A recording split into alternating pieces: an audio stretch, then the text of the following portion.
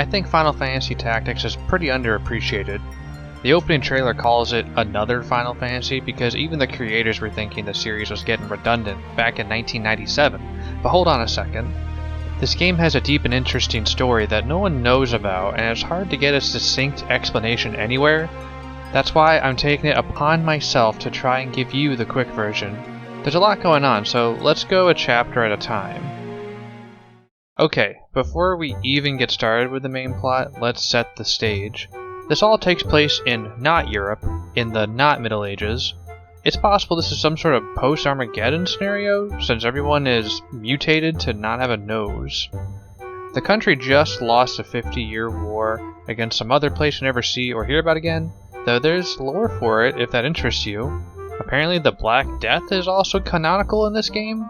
Anyways, the war was long and over nothing at the end of the day, and it sure was expensive too. So much so that a lot of the people who fought in it weren't paid, and just told to go home and get back to their peasant life. But more on that later. The king of the land got sickly and died a year after this, so now there's also a power vacuum because there are no suitable heirs. The king had a 2-year-old baby prince and a daughter princess, but girls can't be in charge yet, duh. This means a regent is needed to control the land until an adult boy of royalty can step in. But who's it gonna be? It can be anyone who is a high-ranking noble of the land, but it gets whittled down to 2 people. The king's brother-in-law, Prince Large, who is just big-boned, alright, and the king's cousin, Duke Goltana, another opportunity-seeking power. There's a lot of political intrigue on the sides of the reform, but the main thing to know is that Large wants to be regent for the baby prince, and Goltana wants to be the regent for the princess. There is no national, centralized army, but instead the nobles all have their own forces, including these big players. Prince Large has the Hakuten, and Goltana has the Nanten. So there's no money for federal government stability, and all the high-ranking rulers are geared up to be the new king. The whole place is a powder keg waiting to explode when the old king dies. So what happens when he does? Well, the game starts. Chapter 1, Are We the Baddies? Well, I guess before the chapter starts, there is a prologue to get through. A guy named Al-Islam is telling you the true story of what happens.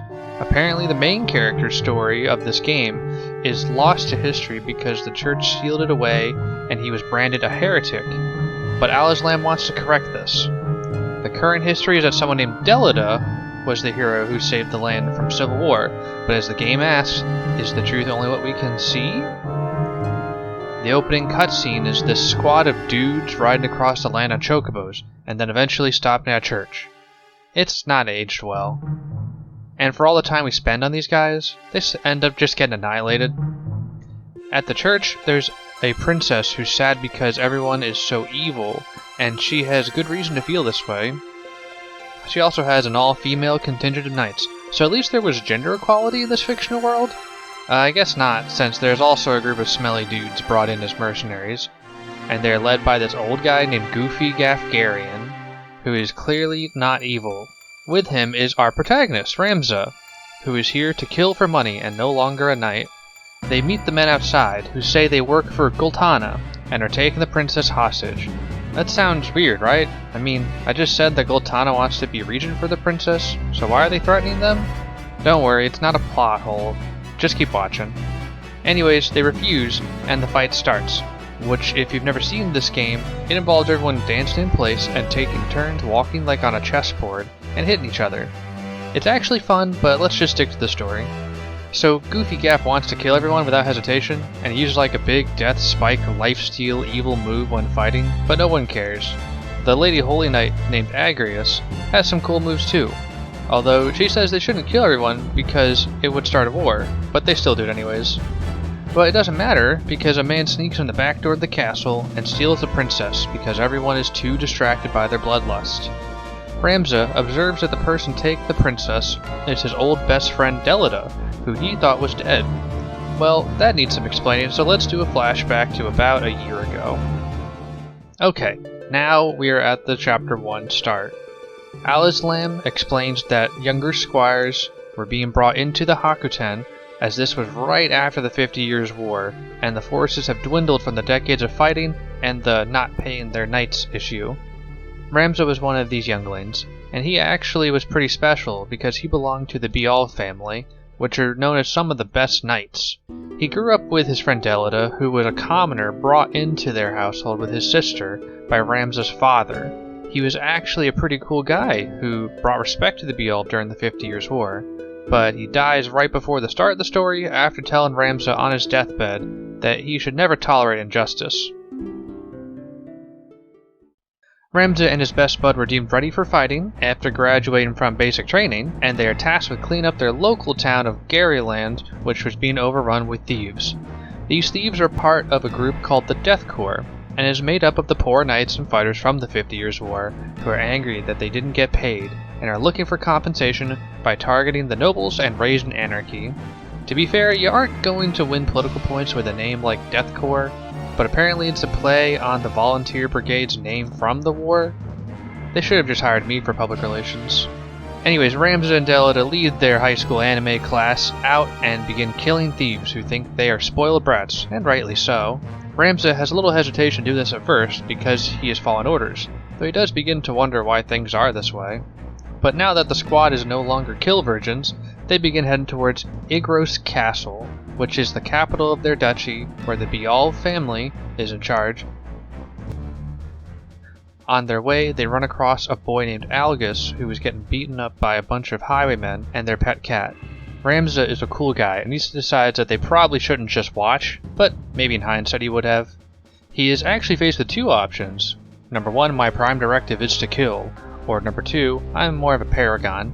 Either way, Algus is saved, and he says he was hanging with a guy called Marquis Elmdor, who was kidnapped by the Death Corps and is in danger. Algus thinks he will be killed, and is excited that he met Ramza because he is a Bial, and he can get support with saving the Marquis. Delida is the voice of reason, and points out that the Death Corps wants money from ransom, not murder. They agree to go talk with Ramza's brother, Daisadarg, who is now in charge since their father died.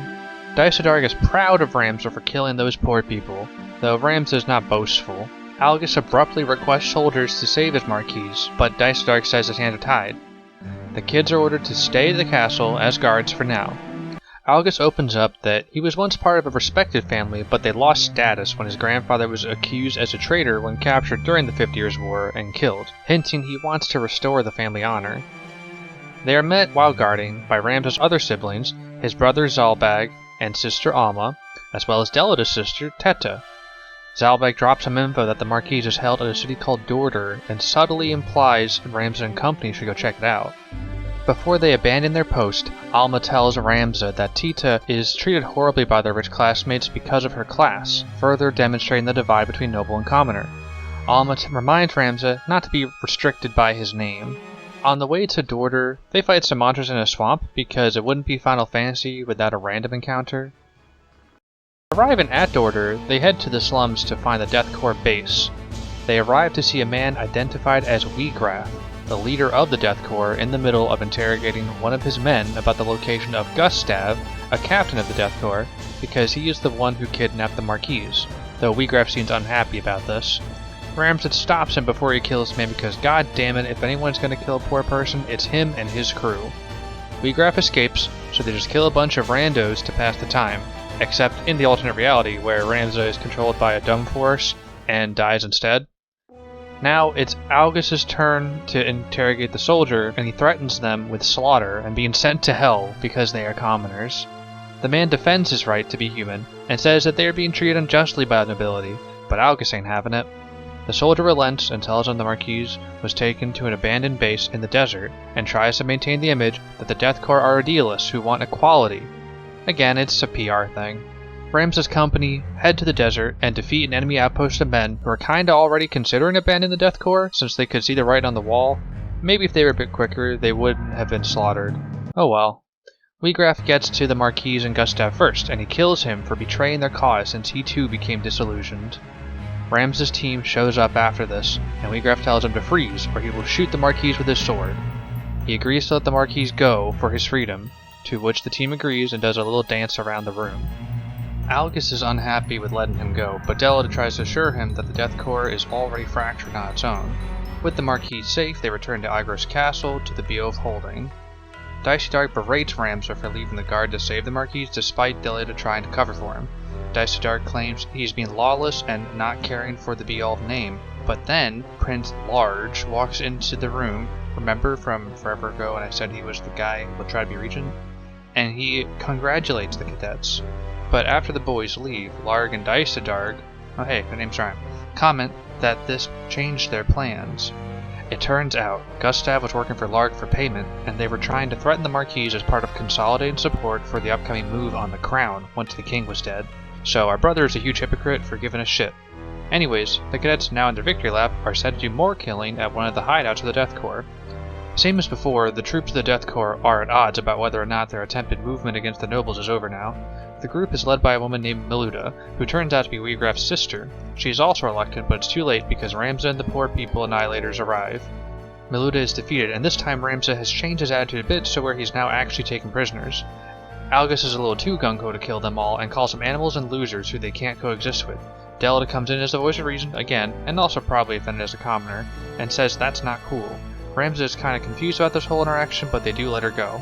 While this is happening, the Beowulf Castle is attacked, and Delida's sister Tita is taken prisoner by Galagros, another captain of the Death Corps, who thinks she is a noble of the family.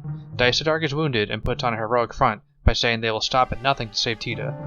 Ramza and the team return after the attack, and Dicey Dark gets them up to speed.